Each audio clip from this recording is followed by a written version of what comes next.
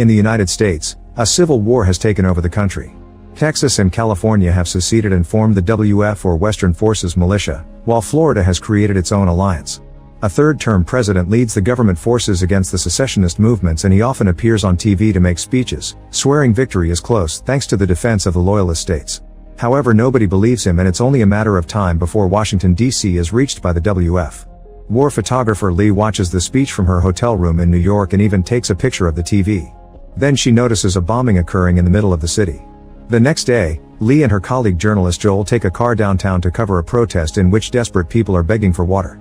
They're given fluorescent vests before Lee mingles with the crowd to take some pictures. Things soon get violent as the police officers try to push the people back, only for the crowd to retaliate. This doesn't scare Lee, who just keeps taking pictures, but a young photographer named Jessie gets struck in the chaos. Lee immediately drags Jessie away to safety and learns the girl is a fan of her work. As she gives Jessie her vest, she notices an armed woman running into the crowd with an American flag and pushes Jessie down for cover right before a bomb explodes, killing almost all the protesters.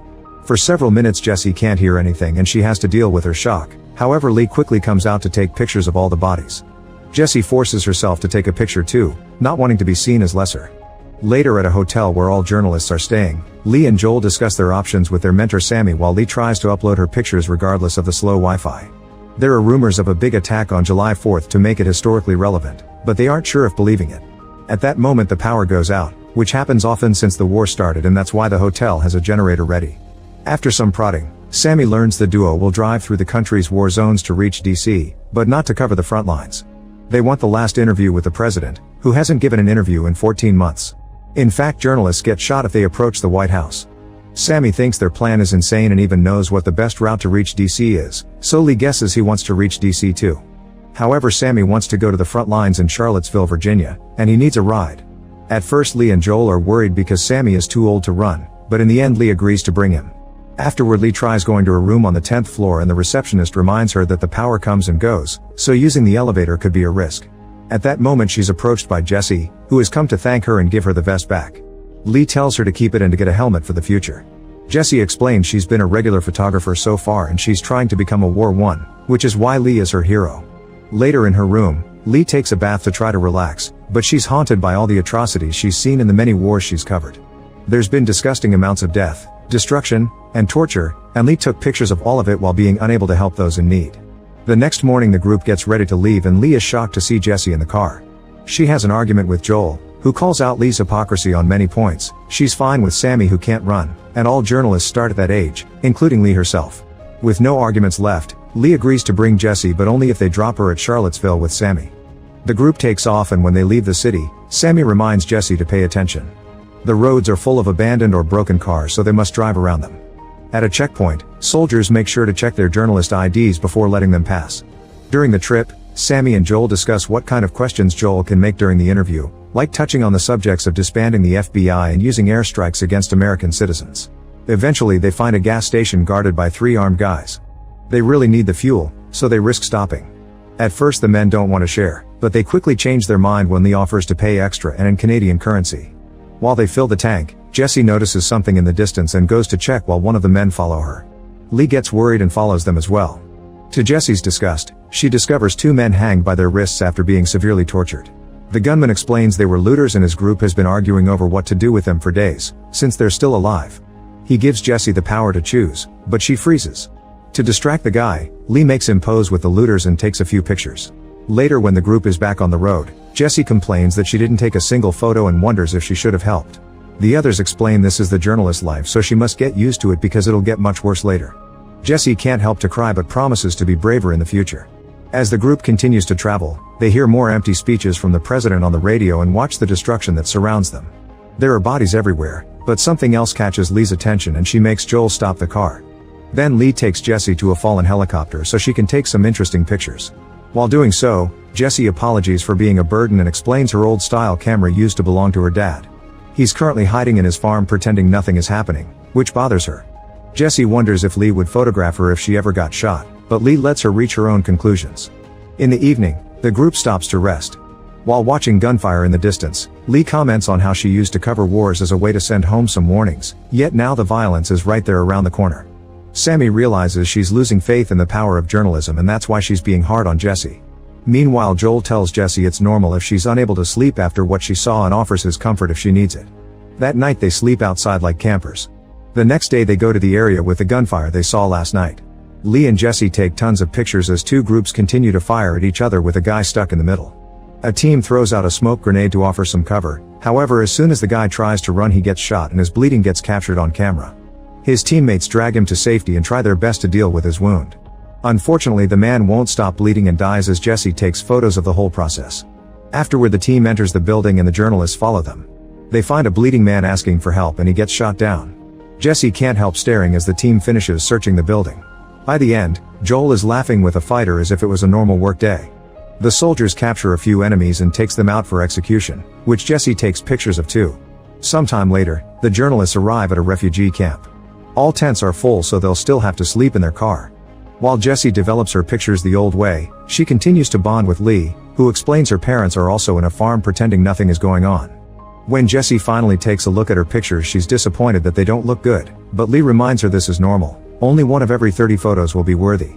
Jesse eventually finds an excellent picture of the dying man and Lee compliments her work. That night the group is able to relax with other refugees before returning to the horrors in the morning. Their journey continues as the journalists watch the never-ending death and destruction by the roads. Jesse takes more pictures, putting the faces of her friends on the shots for extra impact. Eventually they reach a town that looks perfectly normal, with people hanging out on the streets and peace all around. They stop by a clothing store and ask the clerk what's going on, so the clerk explains her town has chosen to just ignore the war. Jesse convinces Lee to try on a dress, pointing out that being at war doesn't mean she can't have nice things. She teases her looks and takes a picture of Lee's smile because it's the first time she sees it. Afterward Lee goes back to Sammy, who points out there are armed men on the roofs. He also says this life wouldn't have suited them because it's boring. Sometime later, the group finds an abandoned circus with a dead man in the middle of the road. Lee checks the area with her camera zoom but doesn't see anyone. Joel decides to move forward but as soon as they cross the entrance arch, their window gets shot. Panicking, Joel speeds up and runs over the body until he finds a safe spot near a truck to stop. There they find two camouflaged soldiers, who are waiting for the shooter in the house to reveal themselves. As the journalists move around to cover this incident, the shooter fires at them and fails. Jesse and Lee take pictures while Joel tries interviewing the soldiers, wanting to know whose side they and the shooter are with.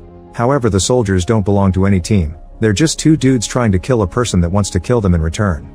After some waiting, the soldiers finally bring down the shooter and the group can leave safely. Sometime later, the journalists notice a car is speeding to catch up to them. Fearing the worst, Lee slows down to let them pass.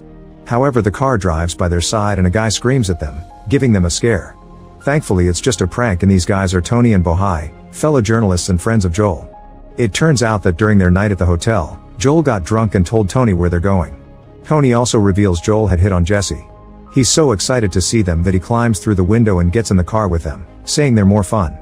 Jesse is impressed and tries the same trick, ending up in the other car. Bohai likes her better than Tony and speeds up to leave with Jesse. Lee is worried even though Tony says Bohai is trustworthy, and she gets even more nervous when they stop seeing the other car ahead of them. Suddenly a military car passes by and Lee has to go off the road to avoid crashing. Luckily she stops the vehicle right before they could hit a tree. They quickly return to the road and find Bohai's car abandoned by a farm with its doors open.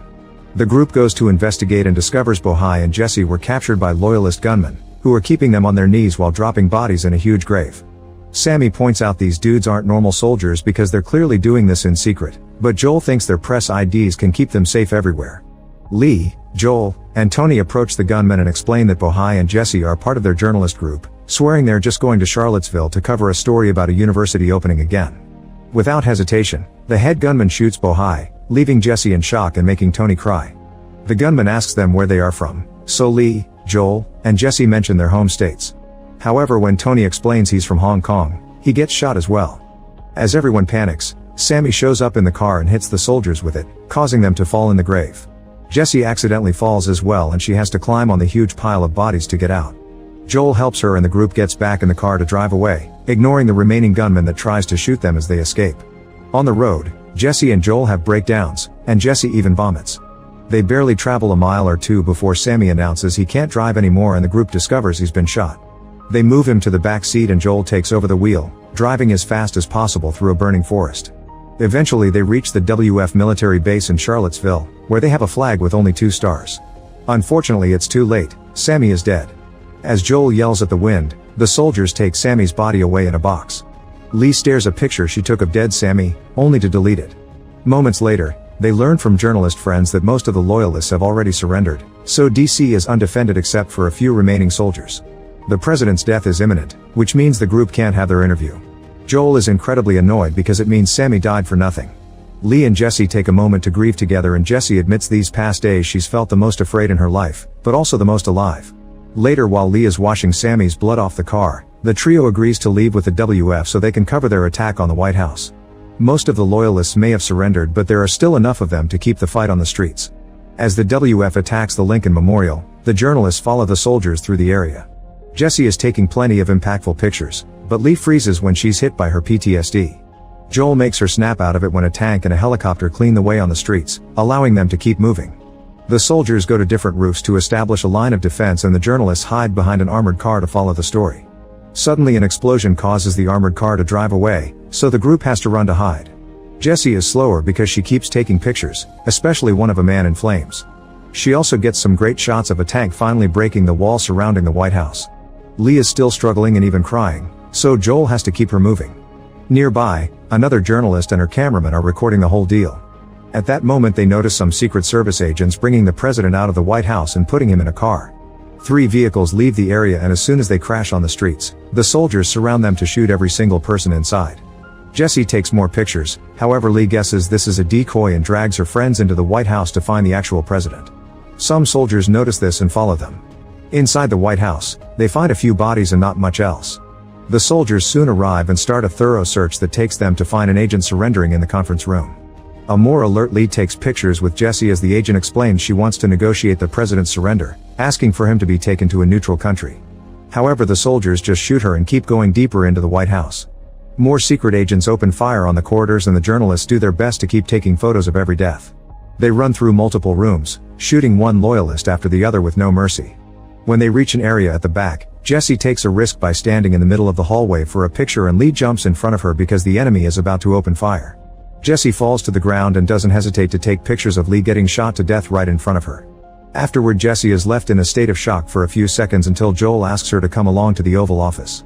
The soldiers have surrounded the president, but before they can shoot, Joel asks them to wait because he needs a quote. The president says, "Don't let them kill me," and Joel decides that will do. Now the soldiers finally shoot the president down, winning the war. Jesse's final picture is the soldiers posing next to the body as if it was a hunting shot. Make sure to subscribe and turn on notifications so you can watch more videos like this. Thanks for watching.